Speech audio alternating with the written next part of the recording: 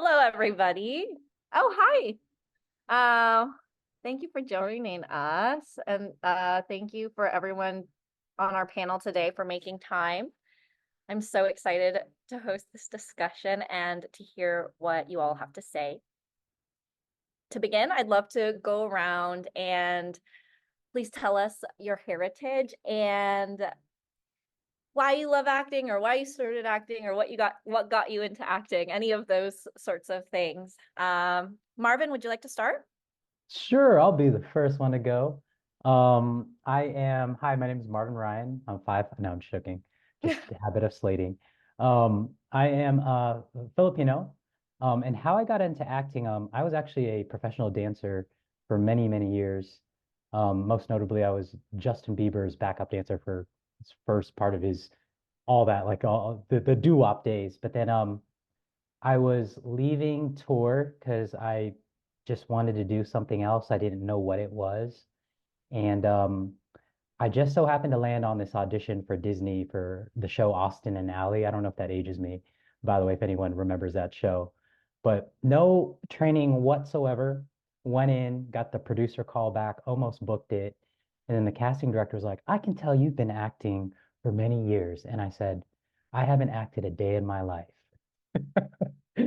But basically, she said if I trained in it, I would, I could probably do some things with it. So that was kind of like the new journey that I fell in love with, and it's been my journey for over 10 years now, kind of going down that road, and it's been a beautiful journey.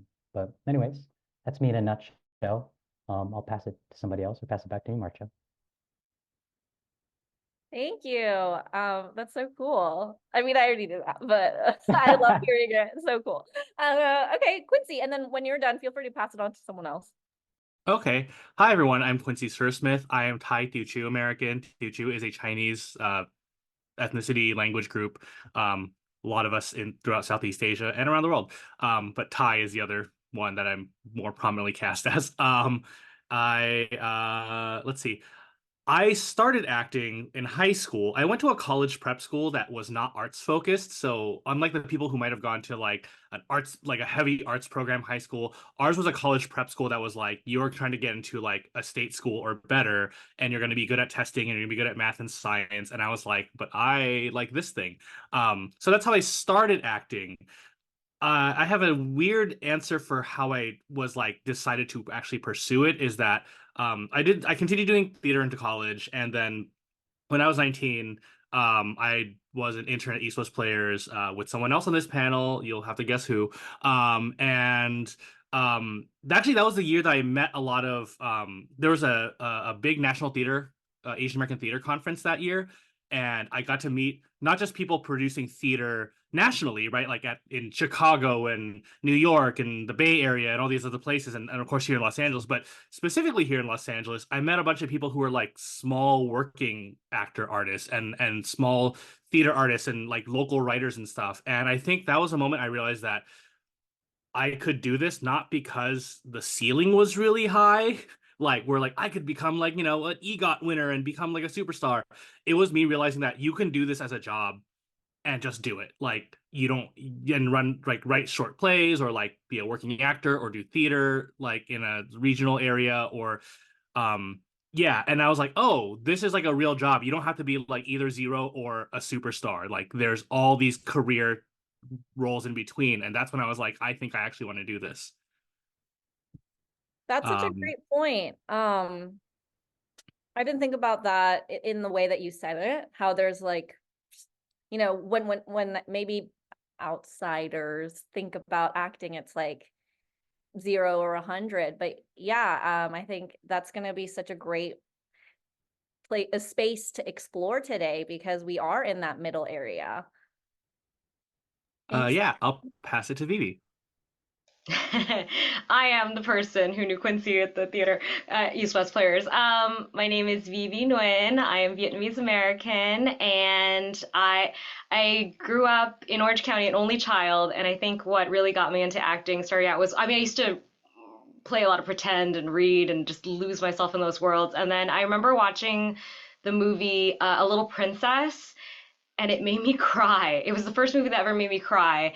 And I remember being so shocked by that. I was like, oh my gosh, a movie can move you and make you emotional, and make you think in a different perspective. And I thought that was the coolest thing ever. That was the coolest job. And so I kind of had urges to pursue the career for a long time, but my parents were refugees who very much like, you know, came here with nothing and were like, no, you could do whatever you want. Like, can you do something a little more practical? So I kind of, you know, put it to the side for a bit. But when I was applying to college, I finally was like, I need to hit the ground running now, or I feel like I'm gonna never take the chance. So I studied acting and then kept going from there.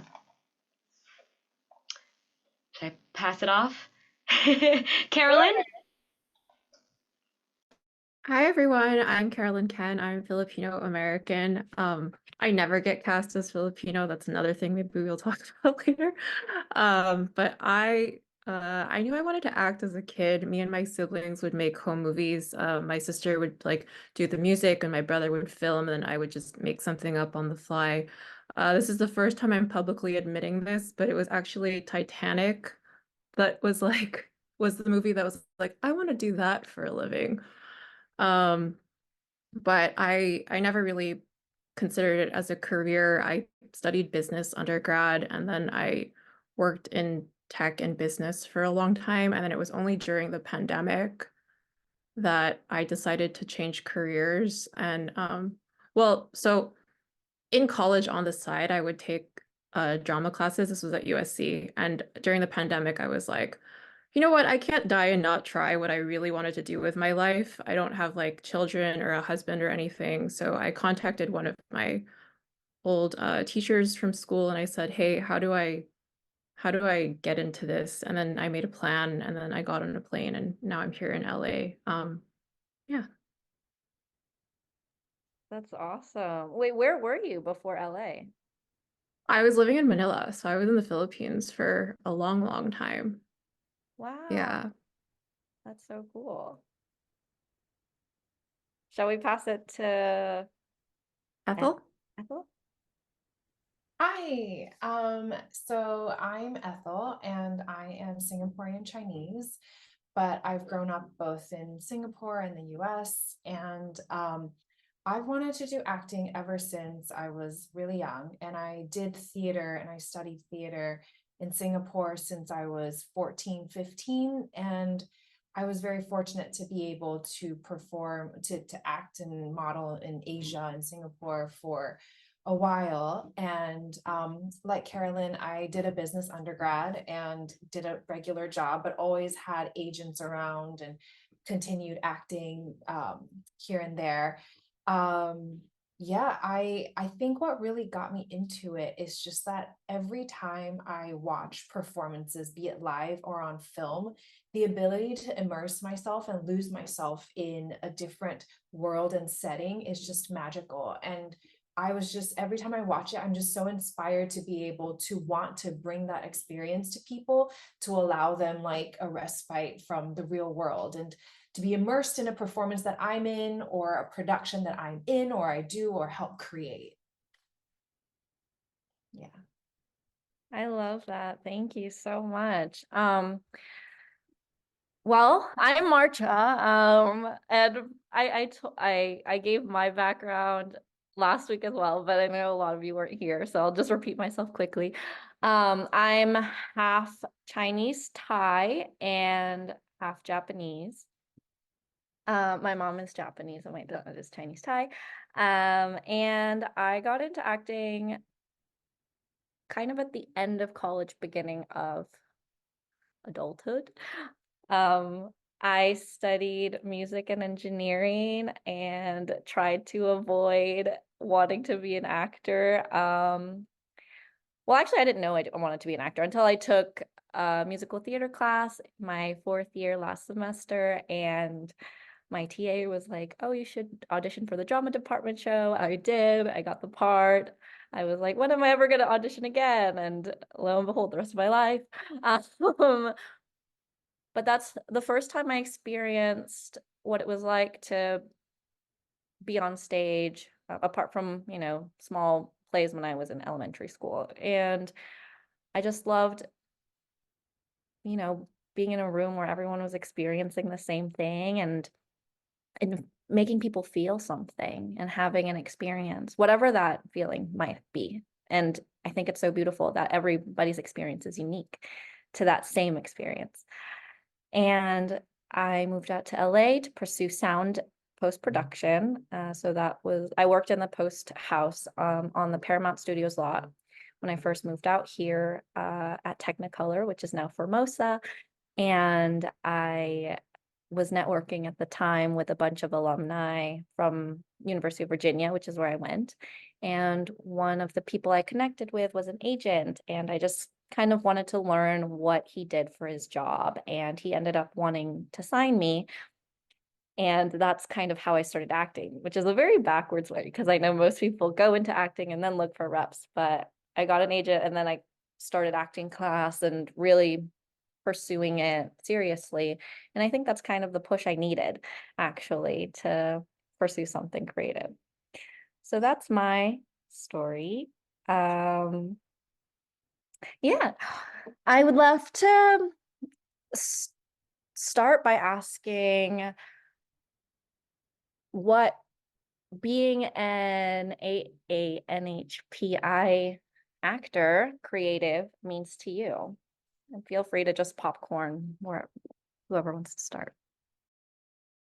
I do want to note that in this particular group, I know you had a different group of friends and actors last week, but this particular group today is all Southeast Asian American. So I just wanted to in that. Oh yes. And I did not do this on purpose at all. It was just pure scheduling. But last week, everyone had some bit of Japanese heritage, which was really cool. Funny how that works out.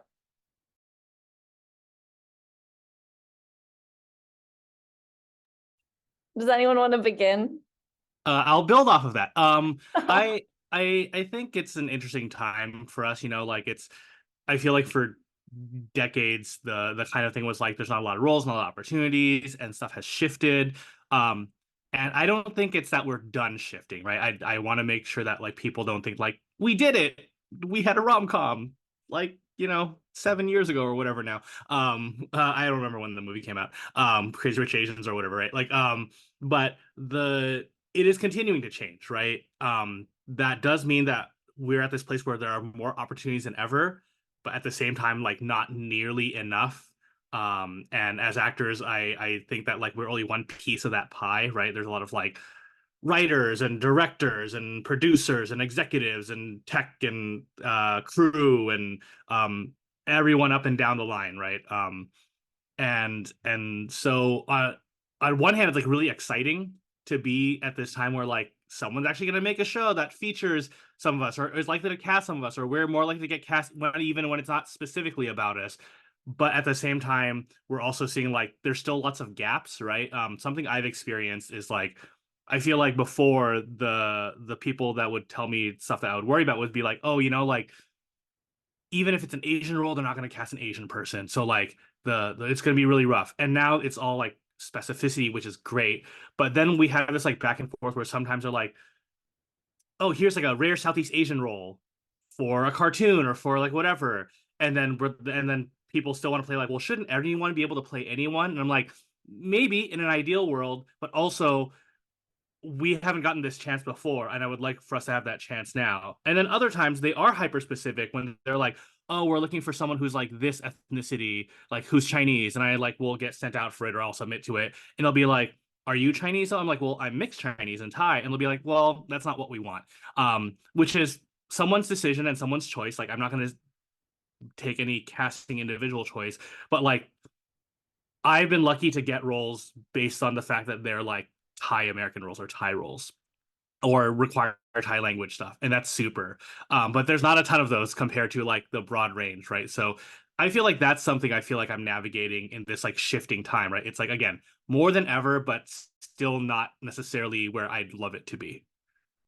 Yeah, absolutely. I think I've heard a lot about being mixed Asian has been really difficult in terms of casting or getting cast, because perhaps that's something, like you said, that's being figured out and navigated in Hollywood. How do we, or maybe we just need more roles that reflect those identities, those mixed Asian and non-Asian roles. I have something that I'd like to add. So I was thinking about this while Quincy, you were speaking, is that I think it's like it's not just about creating more Asian roles for everyone, but I think it's also another way to look at it is the fact that there is like a whole generation of Asians in every other industry that's coming to light. Therefore, now studios and people are more invested to tell stories about that because there's marketing involved, there's people able to come to the theaters to want to see these stories. So I think it's like together as a community that we are able to like rise up and are doing that in all aspects, including movies and the arts and TV and film. And something that I've noticed is also like, because the industry in LA has historically been predominantly been run by people who are not of Asian descent, is that there's not a lot of understanding of the different nuances of Asianness and being like someone who's Chinese is different from Japanese and Korean. And now they're telling very specific stories, right? Expats is based in Hong Kong, and you've got Sympathizer about Vietnam and things like that. So I think that there also has to be a broader like education of everybody in general who's also not Asian, because I mean, personally, I've worked with reps and stuff who I've told them that I'm Singaporean Chinese. Therefore, my accent, as much as I would like to try in Chinese, would sound very different from someone who's from Taiwan or China. And if you want to, like, how like, oh, if when they're doing like an English period film, they try to sound as like English or of that period, but they don't do that for Asian roles or characters, right? They'll just like find a Chinese person to like say some Korean words. And I've gotten that before. I've gotten a Korean script where they're like, there were a few Korean lines and it's like a Korean American person trying to read Korean poorly, but I'm not even Korean and I can't do that. Like that's almost similar, I feel, to a white person trying to pretend to like say Chinese words or anything. And I had to explain, and they're like, well, I mean, you said you could do it. I said, I am Korean passing if I wanted to, like you all were talking about before, but I can't do that because it's not the same. And I think that it's people don't understand that. And I think there should be more clarity and insight and education for everyone around it, understanding that being Asian is not just like it's the same as being white, but white people, there's like Italians and Germans and English and everyone. You don't kind of call you know what I mean. But that's what I was thinking. I mean, yeah, we're definitely not a monolith, and so I think Hollywood is still trying to catch up to that, to realize, because I've been doing this for like 15 years now, and I remember when I first started, I was a lot of like nail salon workers and masseuses with accents, and I was like, oh, is this what it's gonna be? And then one of the first major TV things I did was like NCIS Los Angeles, but the issue was they couldn't find Vietnamese actors in Hollywood at the time. So like one of the women was Chinese Americans or Chinese speaking Vietnamese. One of them was Thai speaking Vietnamese because they just couldn't find the actors. And now like fast forward, now we have Sympathizer having like a full roster of Vietnamese people from across the world. So it's such like it's very refreshing to see this change happening, because whereas before it was acceptable where they were like, that's okay, yeah, you can just like learn the tones and repeat them and it'll be fine. And now they're like, actually, I feel like there is more of an effort to be authentic in these situations, which I appreciate. But there's still a ways to go, of course. And I do feel like as much as we are having more presence on screen, I think the other issue right now I feel like we're encountering is that Hollywood is kind of very limited in terms of, they've decided there's like a handful of us that they just keep wanting to cast and stuff, and then like the rest of us are like fighting for the scraps. Because I remember I went out for like this NBC pilot that was really cute. It was about it was written by a Vietnamese Chinese screenwriter, and she was about the lead was she wants to work at the Magic Castle. She's an aspiring magician, and the lead role, and every Asian girl in her 20s, early 30s like read for it. And the screenwriter later told me that NBC was like, "Hey, who are all these girls? Is Aquafina available?" And I was just like, when I heard that, it was just like, of course they would like latch on to one person and not kind of recognize like the talent that's out there. And even though they're not names, they have the potential to create names if they so choose to do that. But yeah, we're kind of fighting for that now, to like have 20 names, 30 names, like all of us are capable of that, but we just need to show them, which is tough. Yeah, I think for me it means just kind of awareness, kind of like what Ethel said, and creating opportunity, because I think it still is shifting, just like what Quincy said. I just want to kind of acknowledge what Carolyn said. I never book anything that's Filipino. Like if the breakdown says Filipino actor, I'm like, I'm not booking it. But if it says open ethnicity, I'm like, oh, I have a chance. But it's so like ironic how that's the case. But it's just one of those things. It's kind of like we are slowly like carving the tide of a river, so to speak, or the flow of a river to make it change. But it just takes time, you know. I've been blessed to say that when I first started acting, there were like no opportunities for my type. And I just knew that that wave would eventually hit. And I will say it's been hitting, but maybe, you know, all of us are like, it could hit more, you know, we could definitely get way more than this, you know, but I'm just happy to say that it's like it's starting to come in now. So, but yeah. I just want to add real quickly that to me it means like it's actually, I feel, a huge responsibility for the types of roles that we get and that we take and how we're perceived. Because this may sound, I also can't believe I'm about to say this, but I remember growing up never seeing Asian faces, and like I liked Gilmore Girls and Nev Campbell and Scream simply because they had dark hair like me. I cannot believe I just said that, but hopefully little younger girls will be able to say something different in the future. No, and I totally agree with that too. Like I remember looking for people that looked like us in books, and they didn't really, so I would latch on to, oh, the brunette, the girl who has brown eyes. And now it's so exciting because I do a lot of audiobook narration too. Like now there are Asian stories out there that are on the shelves, and it's really cool to see that like they are telling all these specific stories from our perspective of, it's really lovely. I'm happy for this generation and all the, it keeps getting better and better, but there's always room for improvement and change.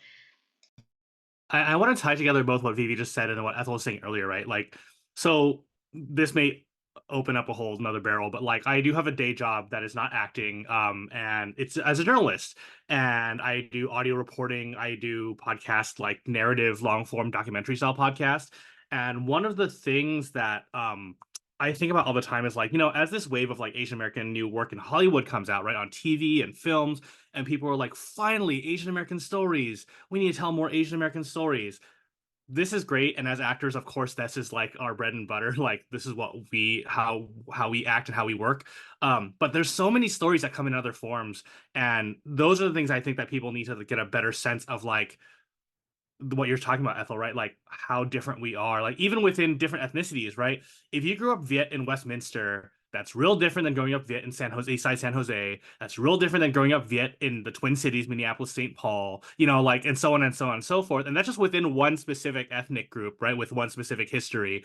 And there are so many things like books, like middle grade and YA books, like Marcha and I met voicing audiobooks for that was like an Asian American graphic novel for like youth, right? I know VyVy works on a lot of those, as she just said, like, and of course adult fiction, right? The Sympathizer started as a book, in case people didn't know, right? Like and beyond that, there's also like documentary and journalism, like The Farewell.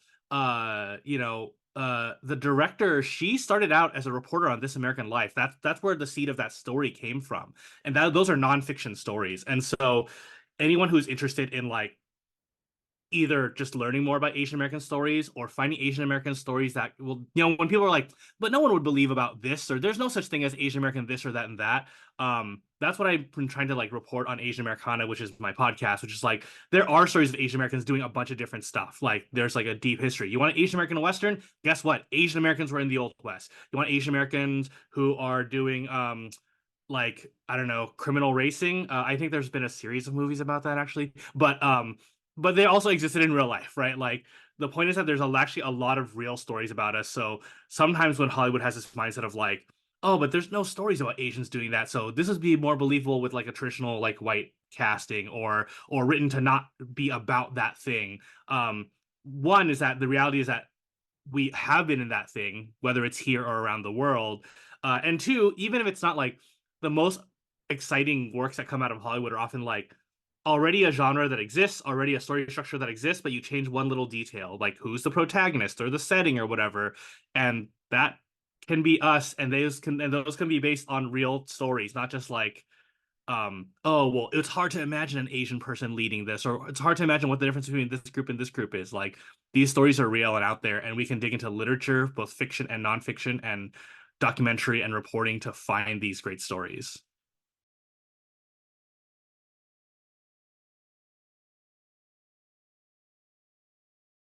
I think these are all such wonderful points about storytelling and what we can do. And I'd love to dive further into, some things that I think Quincy and Carolyn have touched on, which is we've talked about AANHPI representation in Hollywood now and how that's going. What more can we do as actors, as creatives, and also what can other people do in society to shift this I guess perceived narrative and into more and be more truthful to who we actually are.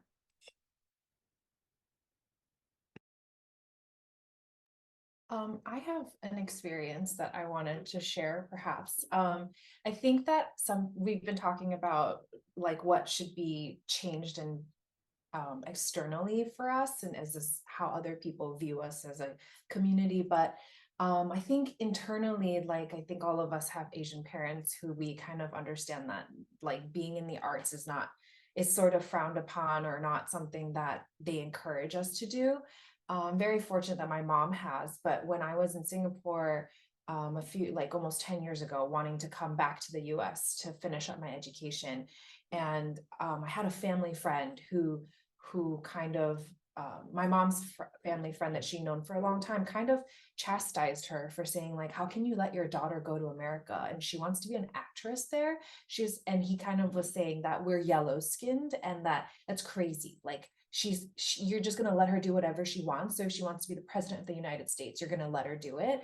And I think that there's also a lot of within our community that like people don't see us as that. They don't see, because of how we've grown up, and that's not our fault, but they just don't see us as like leading actors with stories to tell that are interesting or worthwhile. It's like largely cultural internally. So I think and I hope that that's something that with a new generation of being able to see stories of our stories being told, that we are brave enough to be like, yeah, we are important. We deserve to be represented. We deserve to be leading men and women and people on screen. And that's something that I feel like a lot of us still face in this generation because we're sort of sandwiched between. So yeah, that's my experience. Yeah, I just want to kind of echo that. I think some of the biggest obstacles in my journey thus far is like, you're always gonna go out for roles that aren't like per se the leading role, just because it's like just whatever the superficial role, I guess, the quota role, whatever you may call it. But I think what we can do is just I know this is so vague or just not specific, but just keep going. I know a lot of our influence and impact will slowly carve out more opportunities, whether we're writing, directing, networking with each other, banding together with each other. It'll turn.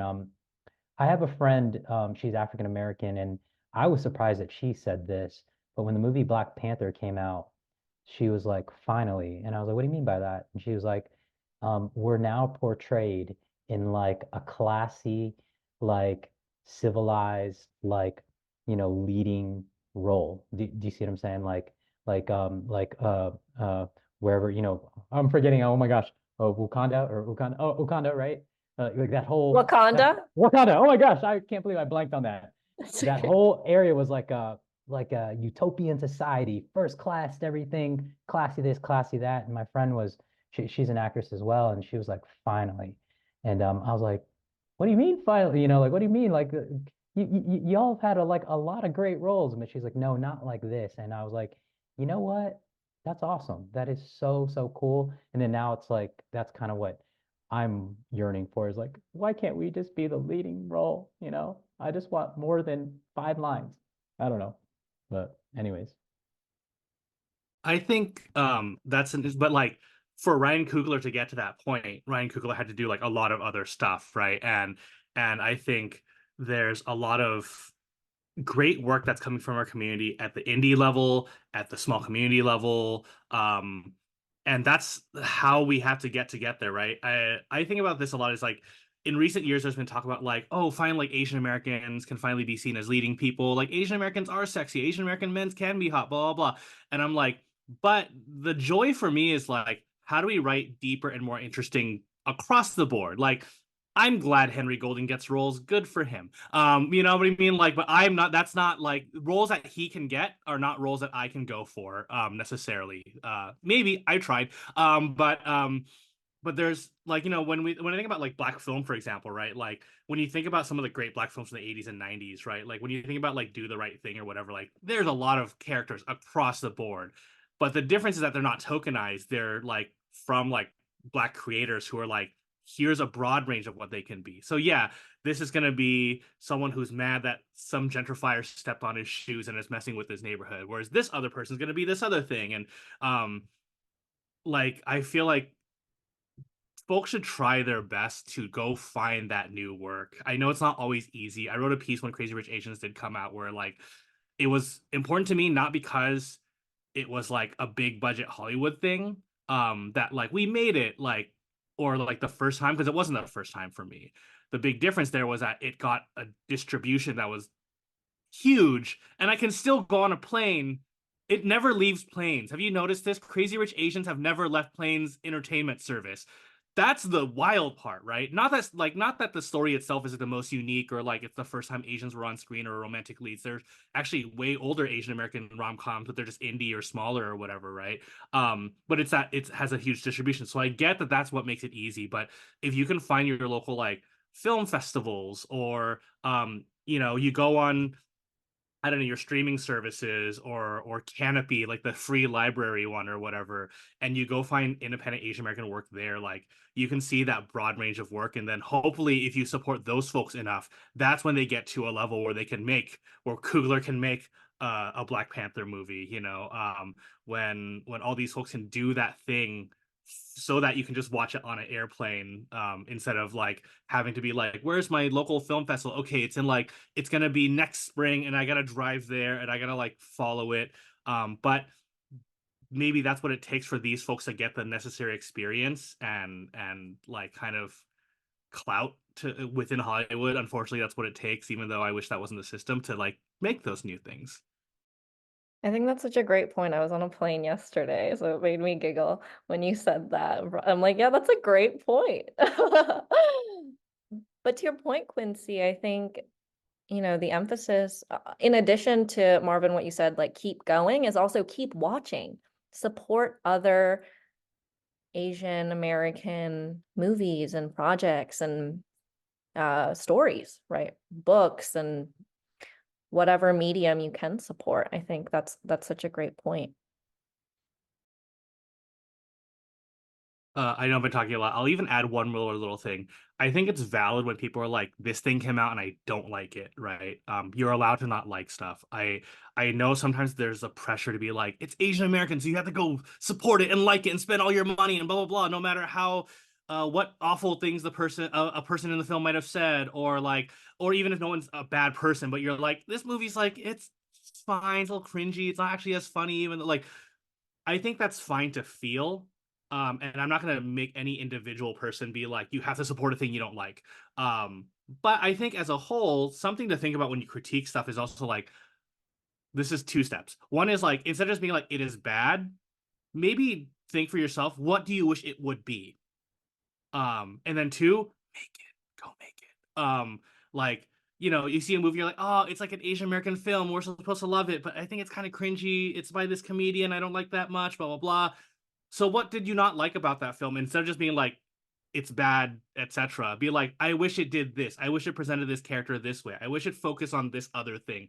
I wish it, even if it's like, I wish it was funnier, like, hey, if you're a comedian, go punch up those jokes and write a funnier script. But if it's more serious, like, I wish they presented this community better or this whatever. Those are the things that I think that if you articulate those, or better yet, do them, is also going to help our community overall. Again, I think critique can be good. I think constructive criticism is way more helpful than just being like, this thing is not perfect, so I'm not going to support it at all. Again, you don't have to individually support anything you don't want. Like, there's certain shows or movies I haven't gone to see because I like don't like some aspect of it. But as a whole, I want to support our community. So that's kind of how I think about it.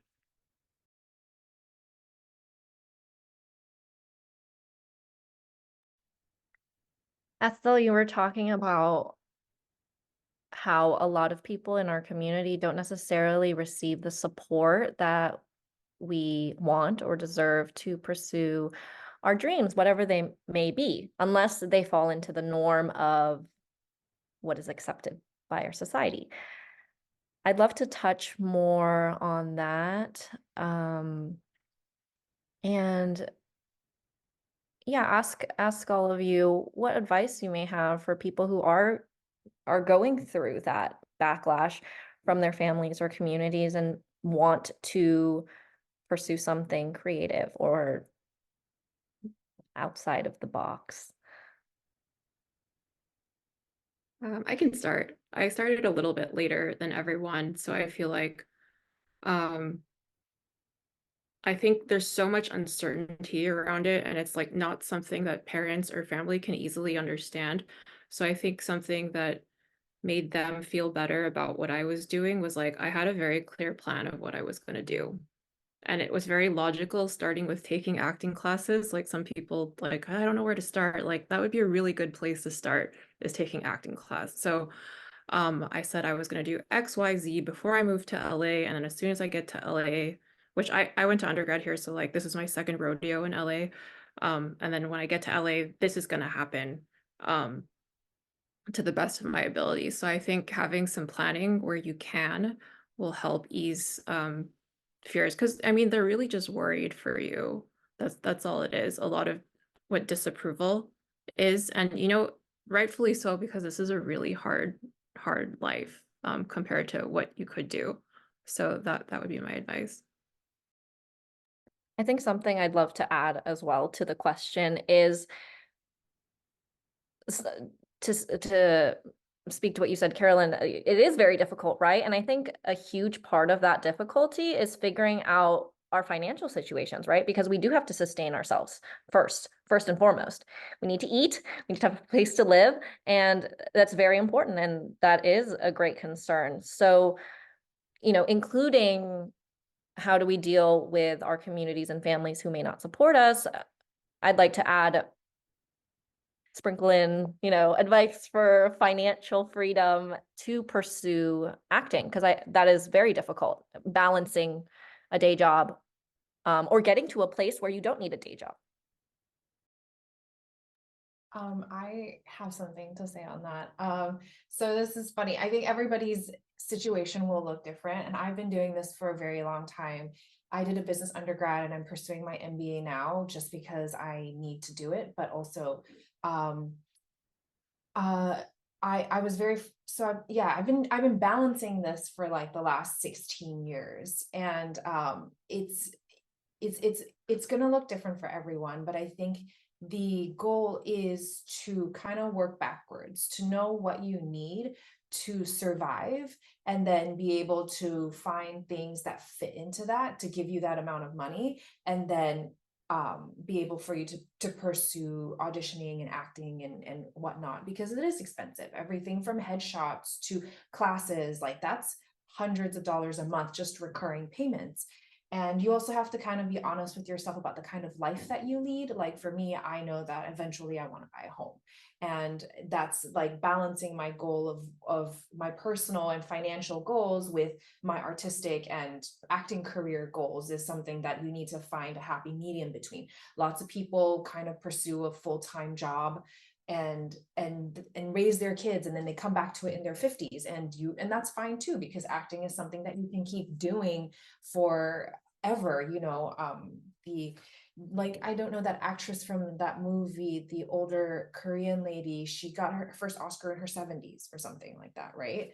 And so I think there also should be more education in classes about the business of acting in general, to kind of educate people on how do you file for your taxes? How do you manage your budget? How do you, like get paid? What's the best way to get paid? Should you incorporate as an LLC? Should you can be an independent contractor, et cetera, et cetera.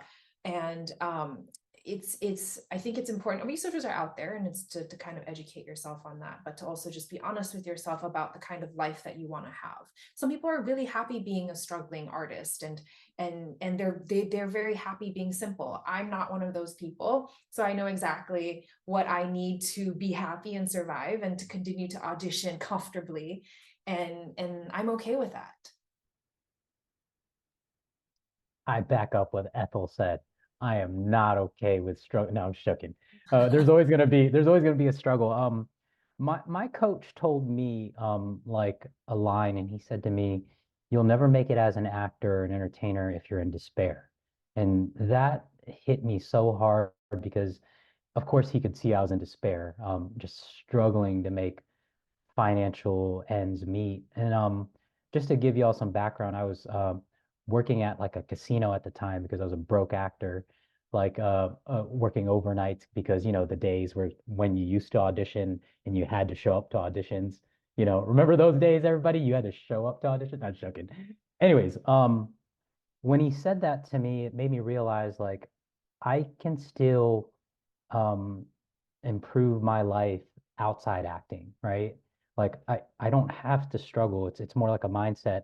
Like, yeah, it's going to be a balance in different ways, but I can still elevate in other aspects of my life to where you make your life good so that it supports your acting, right? So I'm fortunate enough to say like I still have my day job. I still work like a corporate environment, but I've carved a position out for myself where I'm able to do acting anytime I want, and I bring a lot of entertainment into my corporate job, where now I'm doing actually a lot of video production, writing, producing, and we're in casinos.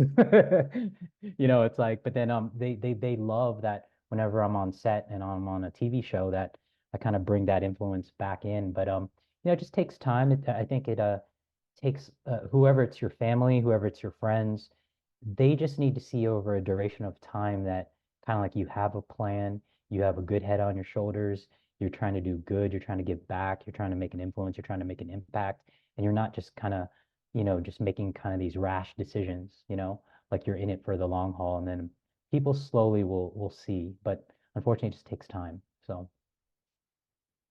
Yeah, I think I had that experience with my parents because my shift was very sudden from a very stable job to a not stable job at all. They were like, "Oh, great, she's studying engineering, she's studying computer science, she'll be fine," right? And then I graduate and they're like, "What? What are you doing?" So yeah, that shift did take time, but I think something that I realized in hindsight was when I started believing in myself more and having the confidence that, yeah, I can do this and I'm gonna do it. Even though I was saying it, I was like faking it till I made it. when I deeply felt that, and that confidence was reflected, right?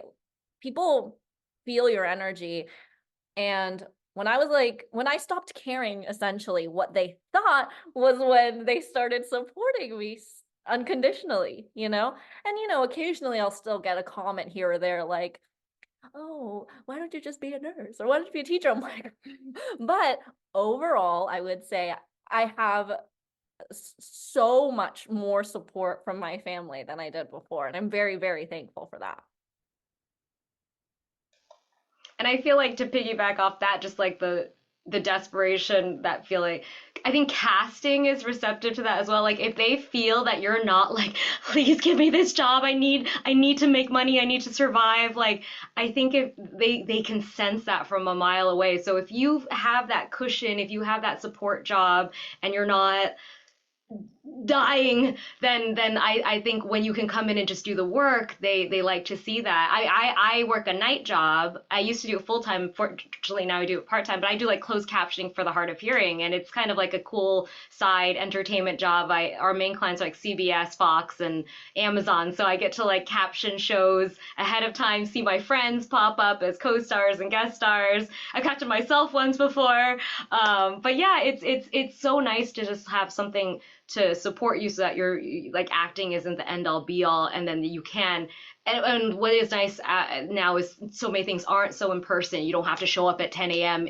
in the middle of LA traffic now. You can do a tape and take that time to do it when you have, now thank God with the new contract, there are like rules that it doesn't have to be an overnight thing anymore. So that's been very helpful. So we don't even necessarily have to be in LA. You don't have to like make that huge move necessarily at first.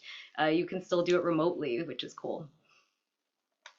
I think I definitely want to build off what Ethel's saying. Is like to try to bring some specific practical things is like really basic financial literacy is important. I think sometimes when you pursue an artistic career, why people worry, why parents and families worry is like they don't see it as a real career. Sometimes I think sometimes they do. So one, don't assume that your parent won't support you. Like have that conversation. You know your parents. If you know that you can't have that conversation, but if you don't know, you should try first, right? Let them say no first. Actually, that's one of my big things too. Don't tell yourself no, that's someone else's job. And you're going to hear a lot of that. It is a lot of other people's job to tell you no, but that's not your job. Your job is to try. But I think a lot of things is when people pursue an artistic career, people assume like, well, it's much like if you pursue nonprofit or charity or whatever, right? Like people assume like, oh, like you're supposed to not care that it's a job. It's a job, like, and you need to pursue it that way, right? And I don't necessarily mean like, be desperate or whatever. Like I think all that everyone else's advice is really thoughtful there, but it's also like whenever you pursue stuff, like one, financial literacy for personal stuff, right? Like, are you losing more money than you're bringing in? You need to budget. Like, do you need to figure out some sort of extra income that's not something, or is your day job income not enough? Maybe you need to figure that out before being like, let me dump another $1,000 into an acting program, right? Because that you'll have time for that later. You'll have time when you're a little bit more fiscally solvent. And again, only you will truly know what your own financial situation is, but don't feel like it's just something you just dump time and money into if you don't get return from it. And I think that in an individual gig basis of acting, right, I think this is something people aren't taught. I think some of those higher concepts like Ethel's talking about, like how to deal with taxes, all like incorporation, super important. But even at a more basic level, like whenever you take an acting gig, especially when you're starting, especially when you're non-union, and people are like, come do this thing for me for free, or come help us, like if you are and your friends are collaborating on stuff and you create it, maybe you work for freezies because it's your own project and you can articulate what the return is, what the benefit to you is. Whenever you work a job, I think it's important to know what the benefit to you is. The most easy benefit to you is pay. That's like the most straightforward one, and make sure that like that's something acceptable to you, or if you are in union, that is like something that is following all the rules. But beyond that, like I think there are rare cases where it makes sense to work for not money, but then you need to know what that is. Not let them tell you. Don't let them tell you it's for exposure or someone might see or whatever. You should know what it is. And if you agree with whatever that thing is, if it's not money, then fine. Like if it's specific experience, like I worked on a lot of student films when I was still coming up. I didn't see those as being like this will make or break me, but I got experience. And at some point, I stopped taking student film roles that were not dialogue driven. Because sometimes they're like these classes that are just about like, it's film students. They're trying to do their project. That's great. I want to support them. But also at some point, I'm like, I need stuff that'll go into a reel, or I need stuff that's going to be me practicing real scenes and not just being like, I stood there, I did blocking for 12 hours in a day, and then I left, and I'm never going to use this on anything, Know what the value is to yourself. And I think that'll also help you. And then on the other hand, like for the job side stuff, it's like, don't be ashamed of having to work a non-acting job. One, that's the reality. Most people aren't nepo babies and have their parents be like, yeah, go sing Lion King for everyone. Like it's fine. We paid for you to get it. Like, like it's the reality is most of us have to find stuff to work. And don't be ashamed that like, but I'm not pouring myself fully in. Like your job is to take care of yourself fully. Your whatever you need in your life. And like Ethel said, you'll know what you like, how simple or whatever needs you have. But even beyond that, working real jobs makes you a better actor overall because you're a real person who's lived real life experience somewhere. I remember when I was in my like late 20s and I was still working indie student gigs or whatever, student films, and I would work with these people who were like 19, 20, 21, fresh out of somewhere, didn't go to college yet, or chose not to go to college, or can't, whatever. And then they're like, and then when you do these scenes and they're like, the only things they can think of when they have to improvise lines or come up with ideas for a series is like, it's a series about young actors who move to LA. And I'm like, okay, because that's the only thing because you're 19 and you move straight to Hollywood. And there's a whole world of stuff out there. And I feel like the more actual real life experience you can get in doing stuff, you never know when it comes back and people are like, oh, you were a real car mechanic? Great. Like then you can figure out this scene better, or you won't act awkward around the pieces, or like you won't have like if you were a real doctor, there's like the rare occasion where real doctors become actors. It's more than it's not everyone, but it's more than zero, which is wild to me. And then when they have to do doctor scenes, they don't have to memorize what these words mean because they already did the med school for that. Not saying that's necessarily you all, but like real work is real experience artistically beyond just making money to support yourself. So don't be ashamed of that. Yeah, I think a lot of my roles actually have been reflective of my real life experiences. So like I get a lot of student roles because I look young for my age. And I've gotten like what else? Like waitress. I've been a waitress, my dad has restaurants, so I worked there all my childhood, and I just and I got a teacher, and I've taught before. So yeah, Quincy, I just agreeing what you're saying. Your real life experiences are really reflected in your auditions, and it really resonated with me when you said know your values, because it's also so important to add on to what you were saying, to know who you are, right? And spending time to getting to know yourself, and being more genuine and honest with yourself helps with casting and your acting. Because when you know yourself, you're going to make stronger choices, and not try to be what they want, but what you want and what you are. And also, I wrote notes because I was like, I wanted to respond to what you're saying. To what you were saying about like being smart with your money. I think I've also been in a place where I was working too much and didn't have that balance. So yes, it is important to have a day job to sustain yourself if you need one, but also knowing your physical limit is important, because at one point, I remember one day I was working like 12 hours and then I had to go home and do auditions, and I cried. I was too exhausted, and obviously the quality of my work was not going to be good. So really checking in with yourself and making sure you're okay. So whether you need to work more or need to work less, it's important to just have balance.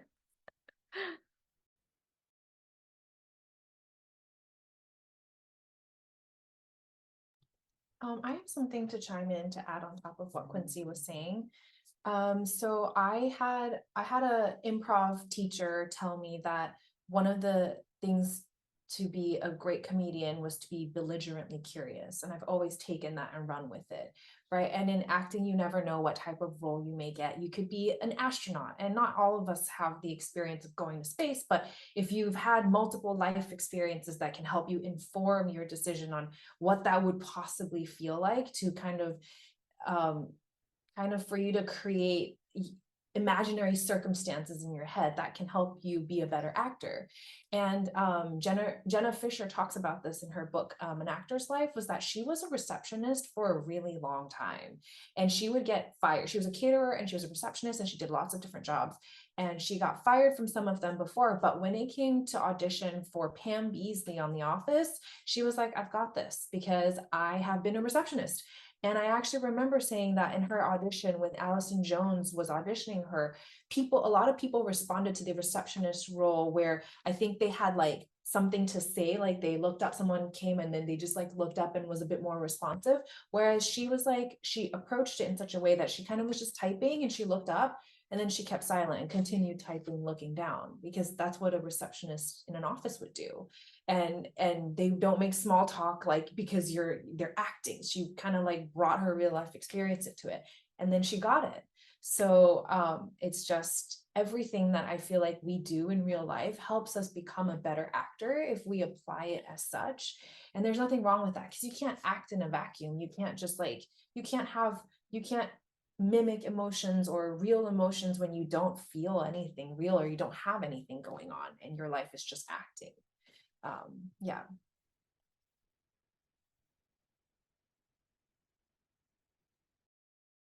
Yeah, recently I've finally started to realize, oh, it's really important to have a life outside of acting. Like I was like, acting, blinders. I was like, I'm an actor. And then it's like, wait, no, I'm so much more than an actor. I'm a friend. I'm a daughter. I'm a dog mom, And and recently I started doing tea ceremony, which I love. And I meditate every day. And those practices are what make me me. Also, being an actor makes me me, but that is just as much of who I am and something I can be proud of, right? To be part of community and family. Yeah, it's just as important as, if not more, than your career.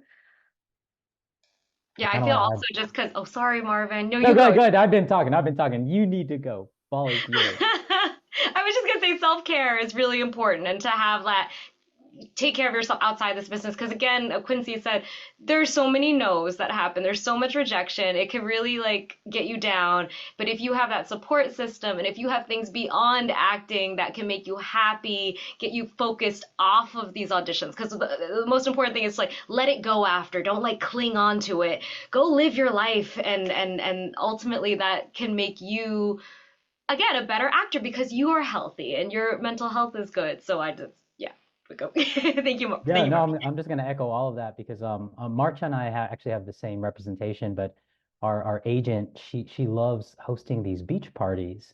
So then we would go, and then of course we have the actor clique, but then there's all these like volleyball people that all know each other. So then finally, like in the strike and pandemic, I was like, you know what? I'm gonna learn how to play volleyball and meet all these people.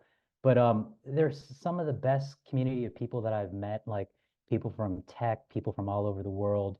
They're so adventurous. But then I kind of learned that through our same agent that we have, just to really adventure and experience to the fullest, because it all kind of comes back. So anyways, that's why I'm always at the beach now, Marcha. So if anybody here wants to find me, you'll find me at the beach on the weekends, by the way. So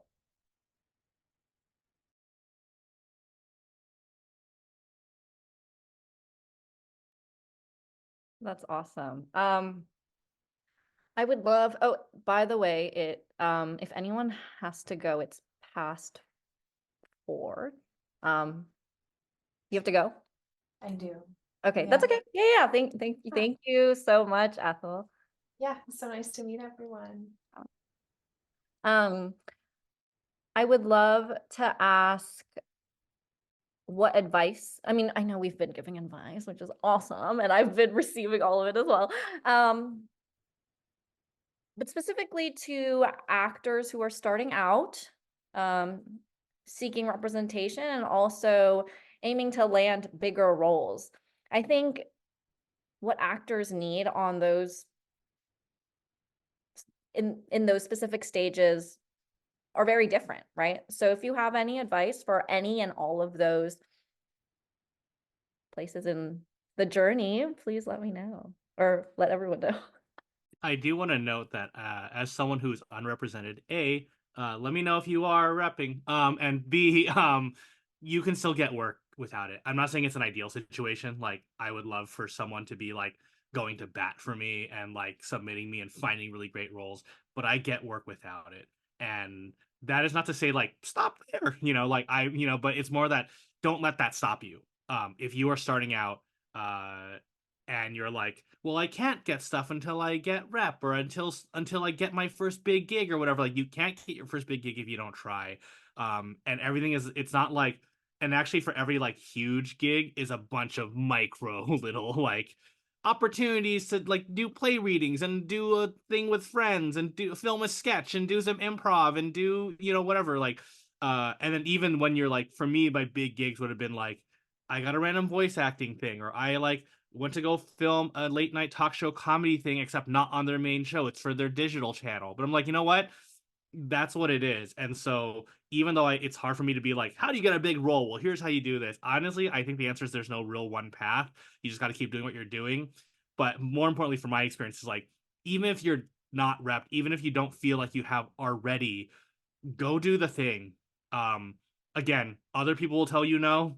I'm not saying you're going to be like an amazing person who will immediately shoot up the charts, and like, and next thing you know, like within a year, you'll be like some lead of some big picture. But you just got to do it. And in fact, for me, one of the so I had wanted to do acting for a long time, but I continued to be at my day job and stuff. And it was in like the 2010s that I was like, well, I'm not ready to like try out for more important roles yet. I need to take more classes, blah blah blah. And my friend Allison, who's a playwright and writer, she was like, um, you don't have to wait till you're ready to do that. And what she did, that was so, and I had spent a lot of my time working with like producing for really talented artists of all sorts, like musicians and poets and writers and actors and theater artists and stuff. And so I was used to being surrounded by really talented good people and being like, until I'm at that level, I'm not ready. And then she went to show me reels and commercials and auditions of people who booked it that were terrible. They were awful. And she was like, these people booked that role. Do you feel like you're at least better than these people? And if so, go do it. So that's my thing on the people on that very early end. Just try. Just start. Just start doing it. Again, you're also not going to get better at auditioning unless you audition. So like, you're not going to get better at acting unless you act. So go do it. Even if you're bad to start, which everyone starts bad, you can only get to the part where you're doing stuff by doing it. And just remember that it's a marathon. It's not a sprint. Like, it goes and fits and starts, and some things are really good and then things are really dead for a bit. That's the journey of being an actor, and it's the fun of it. It's the beauty. Every day is different. So yeah.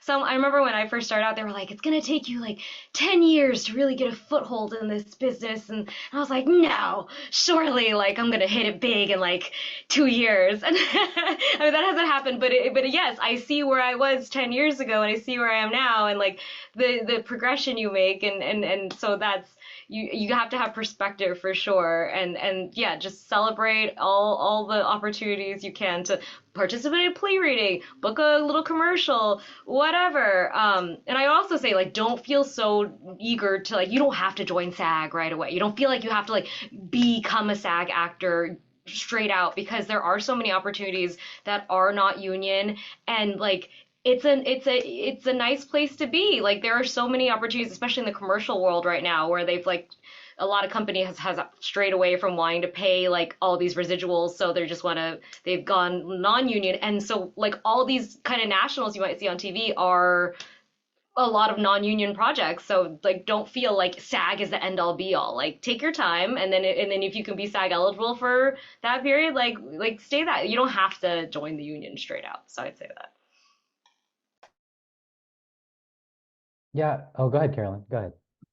I think for getting reps, when I was first starting, I think if you just focus on, you're really clear on what you want and you try to be as helpful to as other people as possible, and you can ask for help when you need it. So when I started, was doing a lot of like just anything you can for free, just to be on set, to like have any kind of speaking role, etc. And then I didn't end up signing with these people, but the first offer that I got was because I asked for a referral from a friend and she was very happy to do it.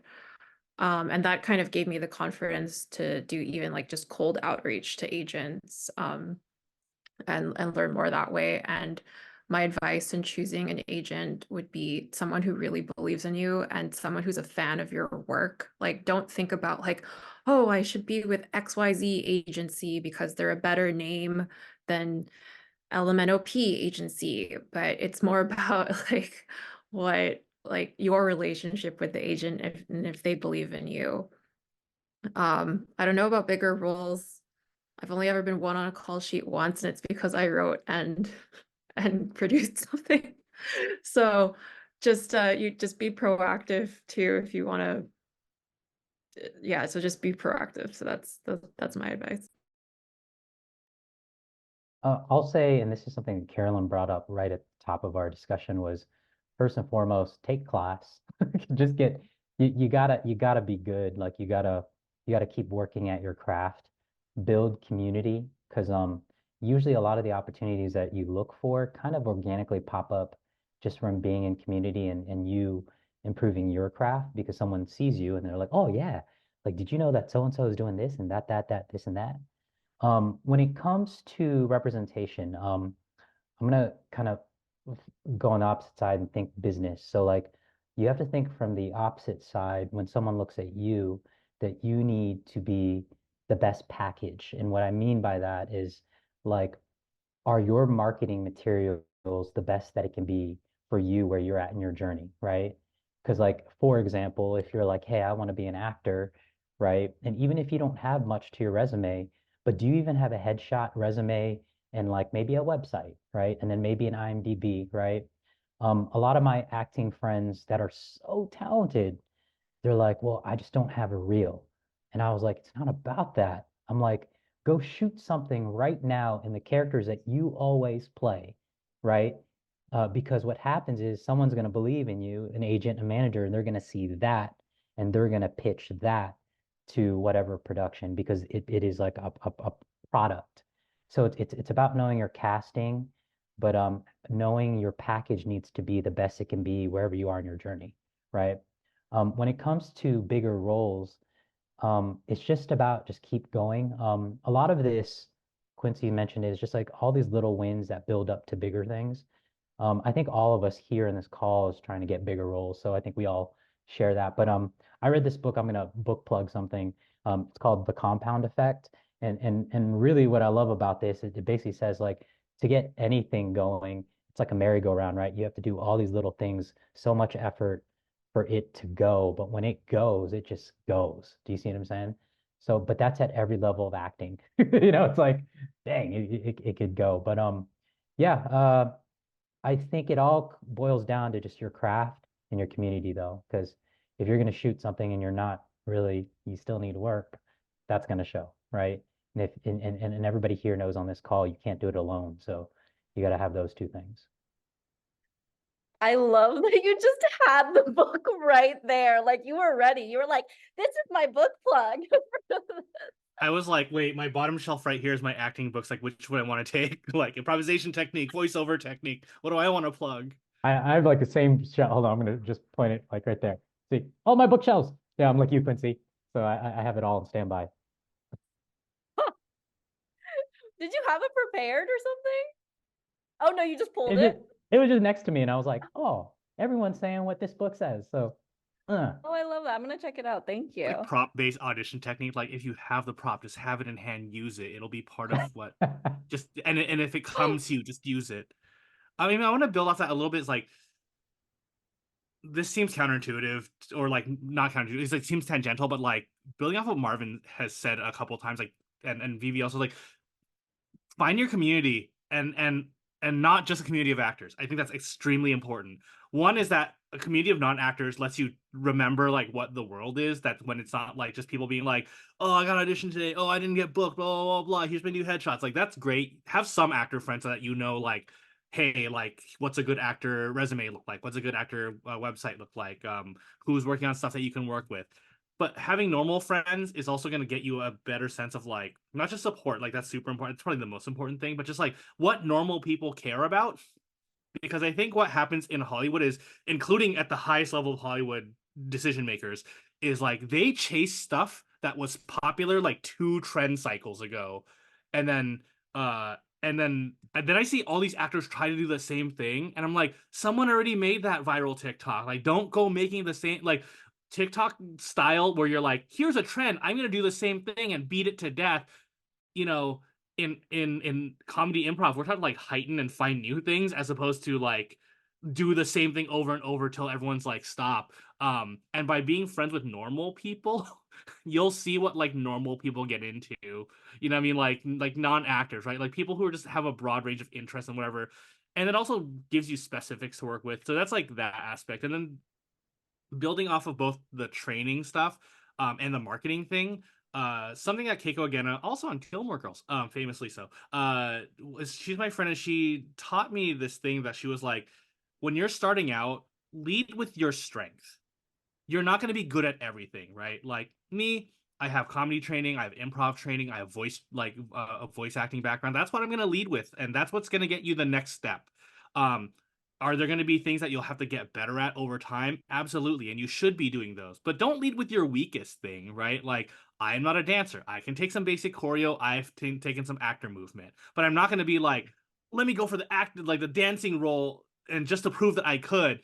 I should probably lead with my like other stuff, you know, like voice, comedy, and that's what's gonna get you the next role. Because I think that's the thing, you're don't bother looking for like the end game goal, like role. I mean, maybe like put it on your pin board or whatever, but like the thing that will get you to the big role is the next little role, the next little thing. And then by doing that enough, you'll eventually, because the thing is, when they book you for that big role, when you do audition for it, it's not because like you've been training for that your whole life intentionally. It's because you've been training for that for your whole life unintentionally. I knew Kelly Marie Tran when she was doing indie improv comedy shows in LA before she booked Star Wars. It wasn't that she was like, I'm gonna book Star Wars as her goal her whole life. It was that like she was just doing stuff, you know. And yes, that opportunity really changed, you know, her career path and whatever and what she could book.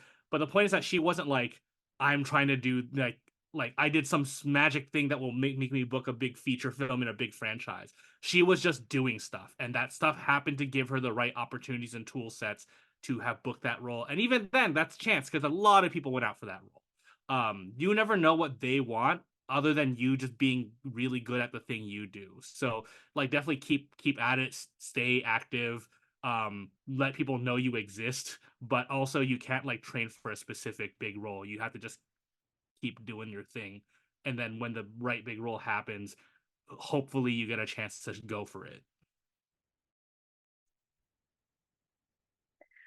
Yeah, totally. I love all of your advice. I would say following your gut is really important. Whether it's taking a class or saying yes or no to projects or picking your reps, I think it's really important at the end of the day to follow your gut. For me, with reps, it's really important to have good communication and just overall good vibes, right? Like, just like when you know you want to be with friends with someone, or you're kind of like, I don't really need to reach out to that person. You know, it's the same thing. If you want to keep working with someone, you'll just know. Or if you're excited about a project, and then if you're like about going on set, you'll know. So that's my advice. And for classes, I think it's really important to take an audition class because, I mean, scene study is great. It's fun. Do it if you want. And what's going to help you book the roles is audition classes, because if you don't know how to make a good self-tape, you're not going to get your roles. That's what I think. And to finish off, if anyone, if Can I oh, add do one, you have one some, more other thing? oh Just yeah, one more real totally, quick. totally. Just because you know, we talk about like getting smaller roles to get to the big role. When it comes to representation, sometimes it takes the same thing. Like you might not have the best representation, you know, you might have to try, and unfortunately that kind of takes years to kind of find someone that is, you know, like with any relationship that works for you, you know. So just know that that might be part of the journey and part of the marathon that we all kind of talk about. But I've had my fair share of, let's say, not good reps. Let's just say that. But then, you know, I learned every single one. So, but anyways, back to you, Marcha. Does anyone else have anything they want to add? Well, I guess like also talk about bad reps. Like don't also be afraid to let go of bad reps if you're not vibing with them, if they're not treating you right. I had this manager for way too long who just because she was like my first manager, the one for a project they accidentally called back a Vivian Nguyen. And so she desperately calls me like that day, being like, "Oh my God, you need to run to this callback right now." And I was like, "Okay," ran there, thought it went well. Casting pulled me aside afterwards and they were like, "Hey, she actually yelled at us for our mistake. Like she screamed at us. We almost didn't call you back because of that, but then we didn't want to punish you. But just letting you know that that's the person representing you out there." And so after that, I shortly after like let her go because it was just like if that you know you need to find the right people on your team and it's always gonna it's kind of like dating you sometimes it might work out at the first but then you kind of outgrow it and that's okay like it's a business relationship you're all trying to work together to succeed so you know don't be afraid to let go of bad toxic relationships in general. I love the analogy to dating. It's so true. Purge all toxic relationships, regardless of what kind of relationships they are. To finish off, I'd love to go around and give a favorite TV show or movie recommendation to everyone. And also feel free to plug any shows and or episodes that you are in.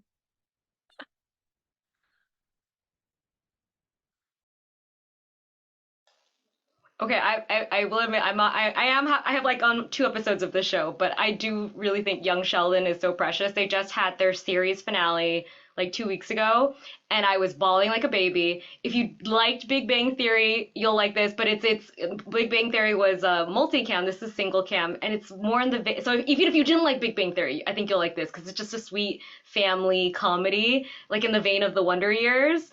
So yeah, I was surprised by how much I was moved by that series finale. But I play Sheldon's best friend's mom uh, in some of the early seasons, so you'll see me there too. Okay, I have to follow VyVy because I'm gonna plug the sympathizer. I just finished Yeah. it last night. That was the first time I was ever on a Hollywood set. I like landed in LA and I'm in the background of episode 3. So I'm at the longevity party. We were in the same room together. Yeah, I didn't know you back then. And Yeah, now you know was now. so new to LA. I was like, wow, if only I could show up to work with Robert Downey Jr. every day.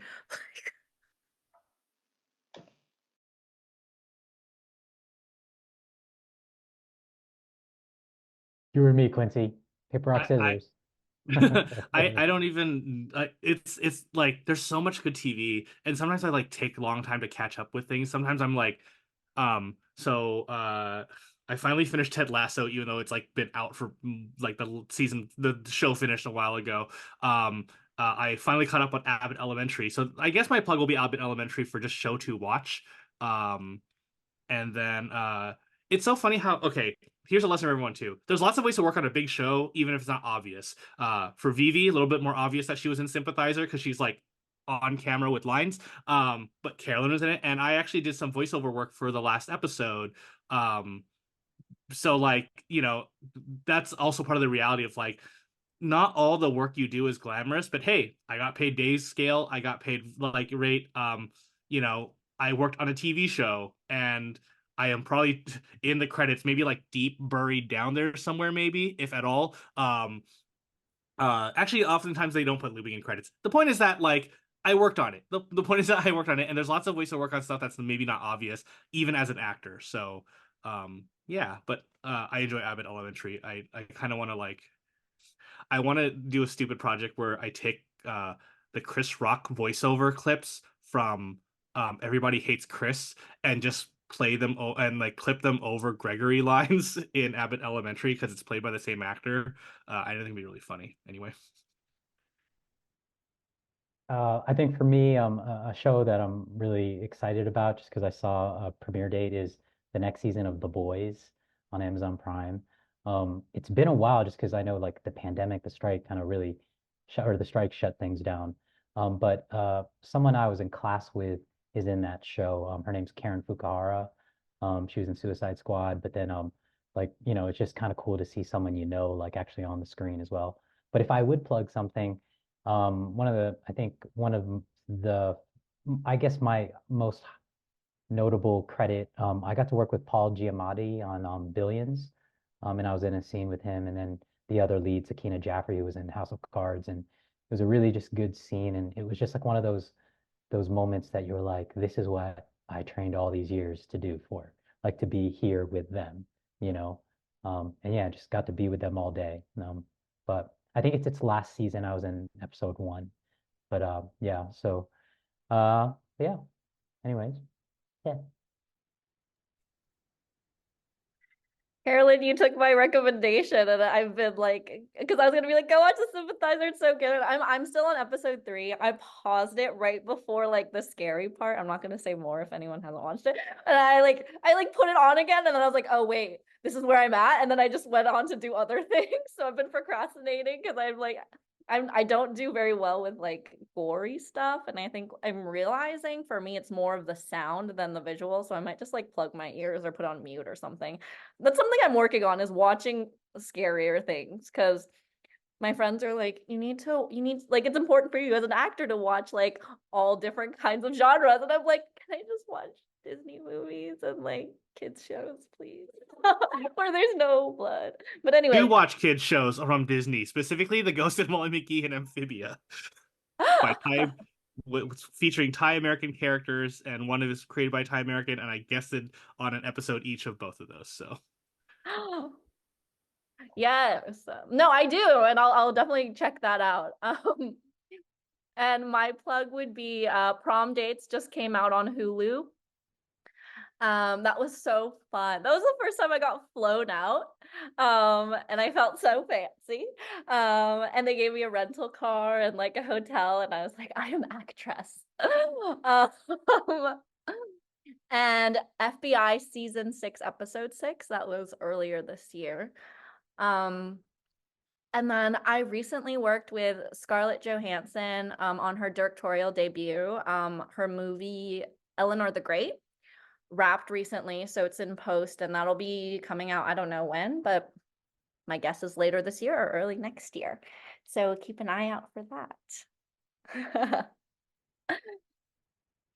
And then I just wanted to see if anyone who's listening in had any questions before we say goodbye.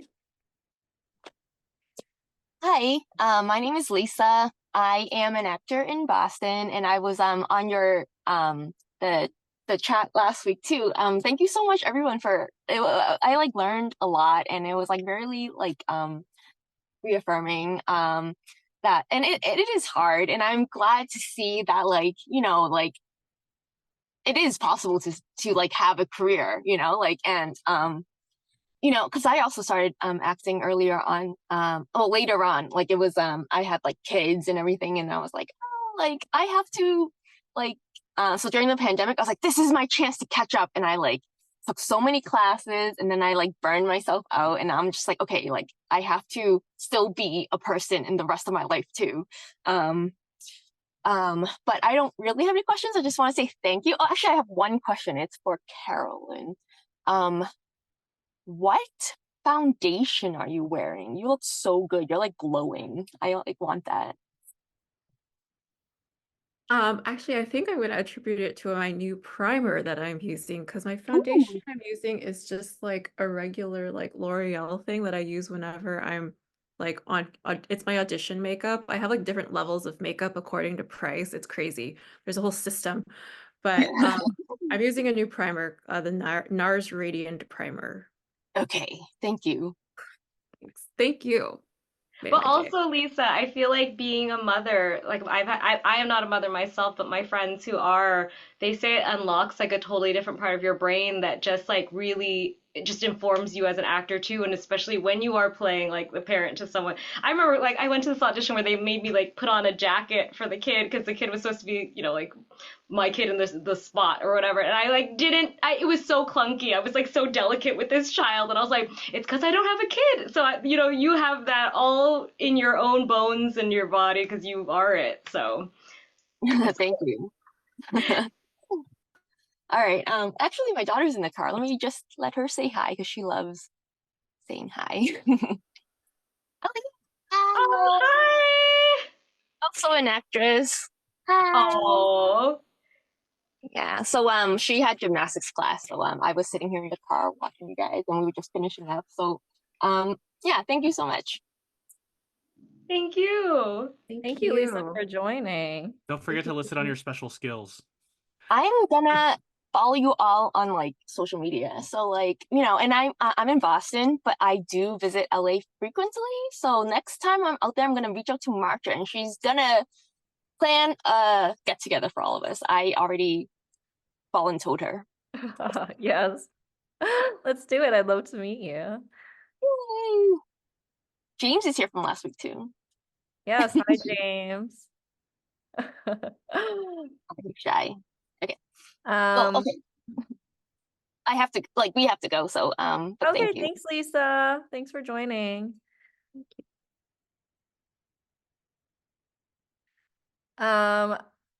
Okay. Well, thank you so much for your time, everyone, and thank you to everyone who listened in. Yes. This was so informative, and I really enjoyed just chatting with all of you guys and learning about your lives and making new friends and building community. So thank you so much. And yeah, have a great rest of your evening. Thank And you hope for to having see you in me. person Marcia. soon. Thank you, everyone. Thank Thank you. Bye. Thank you for listening.